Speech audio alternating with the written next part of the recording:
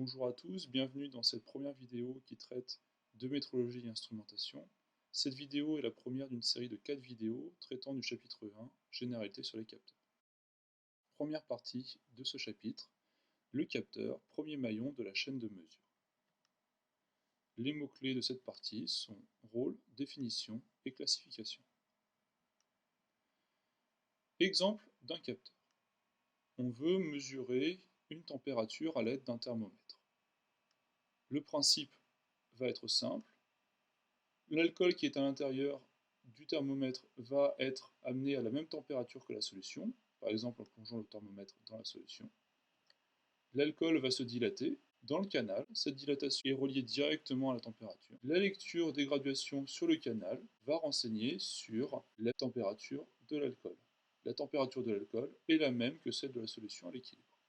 Application, principe de mesure d'un débit. Dans cette partie, je vais vous demander d'aller voir une vidéo sur YouTube qui va traiter du principe de mesure d'un débit et de déterminer les différentes étapes successives pour mesurer ce débit. Le lien de la vidéo sera noté vidéo 1 dans la description de cette vidéo. On se retrouvera plus tard pour la correction de cette application. Le rôle des capteurs maintenant. L'objectif est l'acquisition des données expérimentales. Dans le cas d'un réacteur chimique, quelles sont les mesures à effectuer? Tout d'abord, la température et la pression sont deux paramètres importants de la réactivité. Mais également le pH pour faire un suivi, le début d'introduction des réactifs pour réaliser un contrôle sur la cinétique de la réaction et sur la thermodynamique également. Et enfin, la vitesse d'agitation qui va être aussi liée à la viscosité. Maintenant, quelles sont les familles de grandeur à mesurer? Dans le cas d'un réacteur chimique, elles sont classables en 6 parties: mécanique, thermique, électrique, magnétique, radiatif et biochimique. Dans chaque cas, on peut avoir différents exemples. Le rôle du capteur est de transformer la grandeur à mesurer en une autre grandeur plus facilement exploitable. Et dans la majorité des cas, on cherche à obtenir un signal électrique. Seconde application, énumérer les capteurs rencontrés dans la vidéo 2. Donc la vidéo 2 est également une vidéo qui n'est pas hébergée sur ma chaîne, que je vais vous demander d'aller voir pour réaliser cette application. Le lien de la vidéo 2 est en description de cette vidéo. Quelles sont les instrumentations utilisées pour les eaux usées? Nous reviendrons plus tard pour la correction. Quelques définitions importantes quand on veut parler de capteurs. Qu'est-ce que le mesurand? Le mesurand, c'est la grandeur physique que l'on souhaite connaître. Exemple, la pression, la température, le niveau, par exemple dans une cuve. Dans la plupart des cas, ce sont des grandeurs qui ne sont pas électriques. Le capteur, c'est le dispositif qui, soumis à l'action du mesurant, par exemple quand il est chauffé ou quand il est mis sous pression, va présenter une caractéristique de sortie électrique. Le capteur va donc être soumis au mesurand, ce qui est la grandeur physique d'entrée, et va donner la réponse S, souvent une grandeur électrique de sortie. La classification des capteurs. Par type de réponse, on peut les classer en capteurs analogiques, ceux qui délivrent une information qui varie continuellement, que ce soit la résistance, ou encore la tension, l'intensité, la fréquence. On va donc obtenir avec un capteur analogique une mesure en continu. C'est le cas dans la pH-métrie, pour une mesure de température, ou pour les jauges d'extensométrie. On peut avoir également les capteurs logiques, aussi nommés TOR, souvent appelés détecteurs. Ils délivrent une information qui va être binaire. La transition correspond au franchissement d'un seuil. L'objectif va donc être la détection d'un seuil. Par exemple, le détecteur de niveau à flotteur. À partir d'un certain angle du flotteur, on va avoir changement du signal, interrupteur de fin de course, ou encore les détecteurs optiques, que ce soit un système barrage, un système réflexe ou un système de proximité. Les capteurs numériques, qui sont aussi appelés codeurs ou compteurs. C'est le cas par exemple dans les lecteurs CD-DVD ou à gauche sur un capteur de rotation qui va déterminer aussi le sens de rotation. Là, la mesure va être échantillonnée. Par le comportement électrique maintenant. Cette classification va voir d'un côté les capteurs passifs, qui se comportent comme une impédance électrique variable, la résistance, la capacité, l'inductance. Exemple, dans le cas des résistances, on a les photorésistances, les thermistances. Dans le cas de la capacité, on a les hydromètres ou les accéléromètres. Et enfin, dans le cas de l'inductance, les capteurs de position ou les détecteurs de métaux. Par le comportement électrique toujours, on va avoir le type des capteurs actifs. Ils se comportent à leur sortie comme un générateur variable, de tension, de charge électrique ou de courant. Le signal de sortie est de très faible puissance. Exemple, les thermocouples ou les photodiodes. Maintenant, nous allons corriger les deux premières applications. Si vous ne les avez pas encore faites, c'est le moment de mettre la vidéo sur pause et d'aller faire ces applications. Je vous rappelle que s'entraîner fait partie de l'enseignement et fait partie des meilleurs moyens pour progresser et comprendre un cours. Donc s'il vous plaît, faites les applications avant de regarder la correction. Ceci étant dit, la correction est tout de suite. Donc on avait parlé de la vidéo 1. On peut voir que pour mesurer un débit, on doit réaliser la transformation du débit en une pression différentielle, puis la transformation de la pression différentielle en une déformation mécanique d'une membrane, et enfin la déformation mécanique de la membrane va permettre d'obtenir une grandeur électrique, donc à l'aide par exemple d'un matériau piézoélectrique, via un circuit électronique associé. Donc pour une simple mesure de débit, les grandeurs sont vraiment transformées plusieurs fois. Maintenant pour l'application sur l'instrumentation pour les eaux usées, il y a alors des capteurs de niveau de débit, de température, de pression, une sonde pour déterminer la concentration en dioxygène dissous et une sonde pour déterminer la concentration en H2S.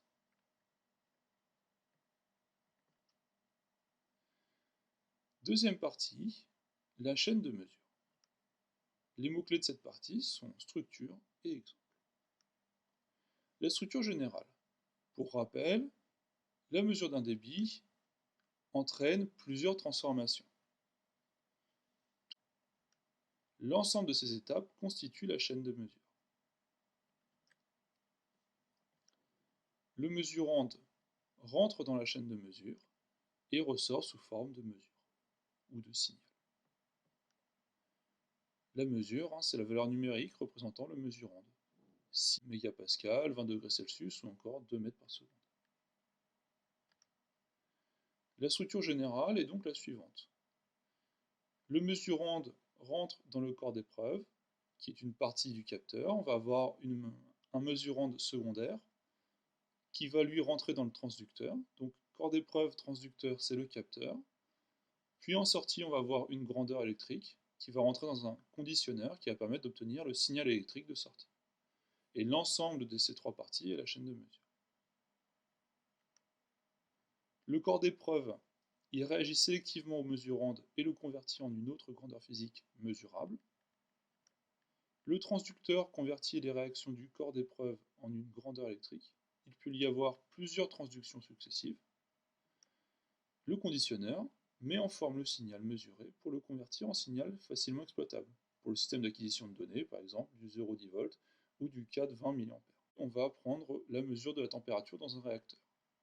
Donc, ça part de la solution du réacteur. Ici, on a un réacteur avec une sonde de température à l'intérieur. Si on zoome sur la partie, on a la coupe du réacteur avec la sonde et la solution. La solution va réaliser un transfert de chaleur vers le thermocouple. Le thermocouple va donc se mettre à la même température d'équilibre que la solution du réacteur.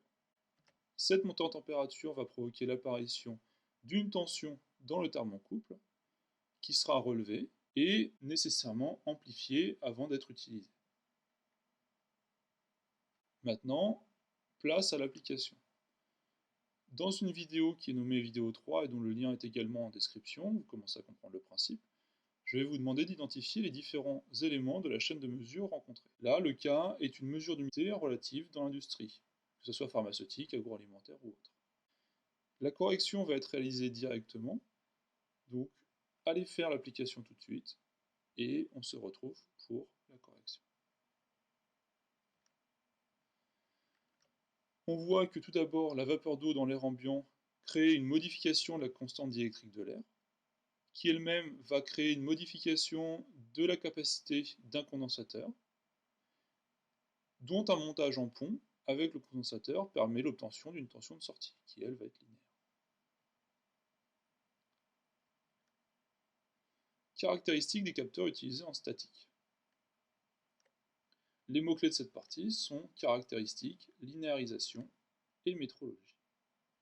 Dans les capteurs utilisés en statique, la valeur mesurée ne varie pas au cours du temps, ou alors très lentement.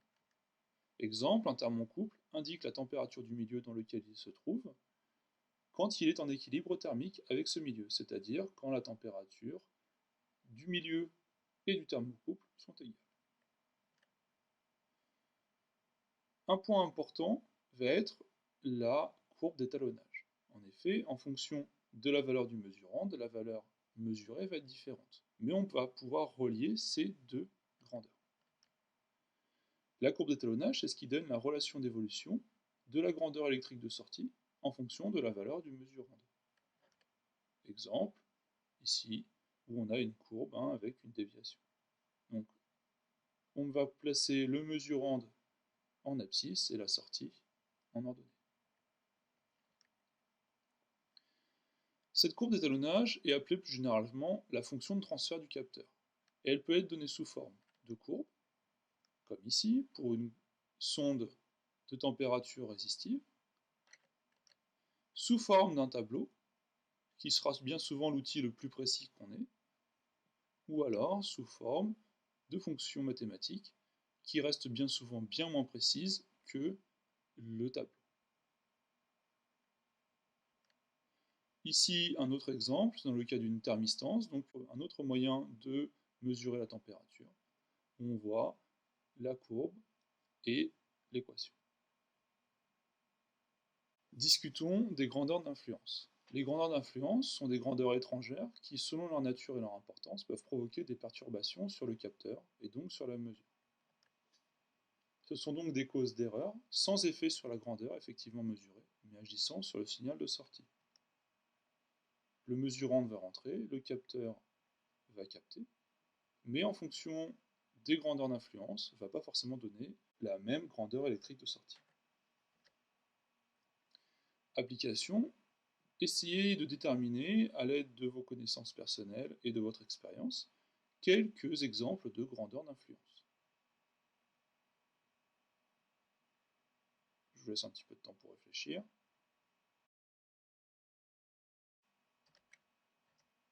La température, par exemple, les vibrations mécaniques ou acoustiques, la pression environnante, l'humidité, les perturbations électromagnétiques ou encore les ambiances corrosives peuvent avoir un impact sur les capteurs.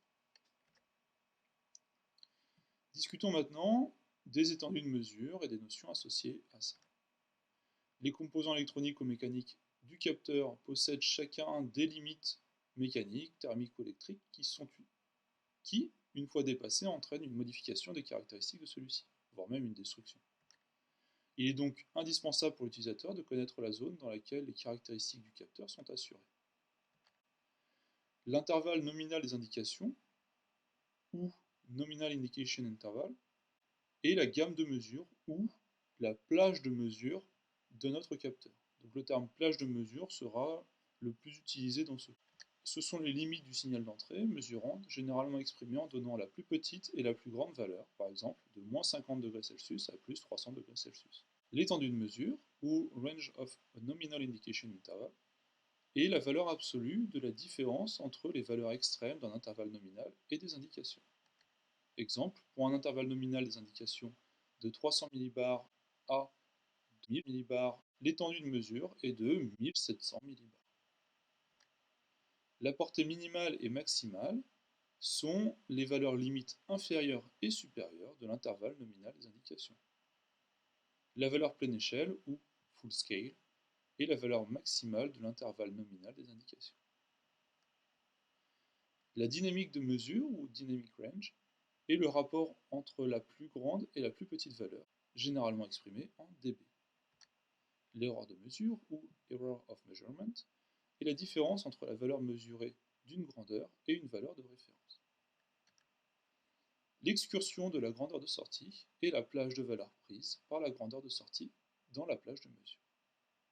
Alors depuis tout à l'heure, pour un certain nombre de notions, on donne également la terminologie en anglais. La raison est simple, les indications sur les appareils de mesure sont de moins en moins données sur des notices qui sont en différentes langues. On utilise la langue universelle, donc l'anglais. Il est donc important de savoir faire le lien entre la terminologie française et la terminologie anglo-saxonne. Exemple pour un capteur d'humidité de type capacitif. En vert, vous avez la courbe d'étalonnage. Les pointillés rouges expriment la plage de mesure, et donc la flèche en violet exprime l'étendue de mesure. Ici, nous avons la portée minimale, et ici la portée maximale. Enfin, entre 115 et environ 143 picofarads, nous avons l'excursion de la valeur de sortie. Application. On vous demande de repérer quelques-unes des caractéristiques pour les capteurs présentés ci-dessous. Donc, nous avons un capteur qui va capter différentes grandeurs. Effectivement, ici, nous pouvons voir la plage de mesure, les températures de fonctionnement. Ici, pour l'humidité relative, à nouveau, la plage de mesure. Pour le luxmètre qui va déterminer la luminosité, nous pouvons voir aussi ici la plage de mesure.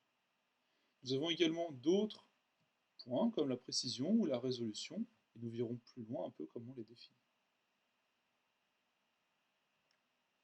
La linéarité maintenant. La linéarité d'un capteur caractérise son aptitude à délivrer une grandeur de sortie dont la valeur est proportionnelle à celle du mesurand. Elle s'apprécie par le degré de concordance entre le diagramme d'étalonnage statique et une droite obtenue par exemple par une méthode des moindres carrés, c'est-à-dire une régression linéaire. Ici nous avons un exemple, en rouge la caractéristique réelle et en noir la caractéristique linéarisée. En bleu nous avons l'écart de linéarité, c'est-à-dire l'écart maximal, qu'il soit positif ou négatif, entre la courbe réelle et la droite. Maintenant, discutons de la sensibilité, ou sensibility. En un point donné du mesurand émis, c'est la pente de la tangente à la courbe d'étalonnage. Ou la dérivée, et nous on utilisera plus souvent la dérivée dans ce cours. La sensibilité, c'est donc S, qui est égal à ds sur dm, la dérivée de la variation du signal sur la dérivée de la variation du mesurand au point MI. Un capteur sera linéaire si sa sensibilité est constante sur toute la plage de mesure. On a alors S qui est égal à delta S sur delta M, c'est-à-dire que ça sera égal au coefficient directeur de la droite. Application, on voudrait comparer la forme des courbes d'étalonnage des capteurs d'humidité qui vont être présentés ci-dessous et évaluer leur sensibilité pour le capteur linéaire. Donc à gauche, on a des capteurs linéaires, à droite, on a un capteur qui n'est pas linéaire. En effet, vous voyez que l'échelle désordonnée à droite est une échelle logarithmique, et donc elle serait fortement non linéaire. C'est une intermistence. Pour le capteur linéaire, pour évaluer sa sensibilité, eh bien, il suffit de calculer le coefficient directeur de la droite, car ils sont linéaires. On a ici les valeurs, et on voit que le plus sensible est celui avec une sensibilité à 0,58. On peut déterminer ça aussi de manière beaucoup plus intuitive, en regardant simplement de manière graphique la pente. Le capteur qui aura la droite d'étalonnage la plus pentue sera le plus sensible.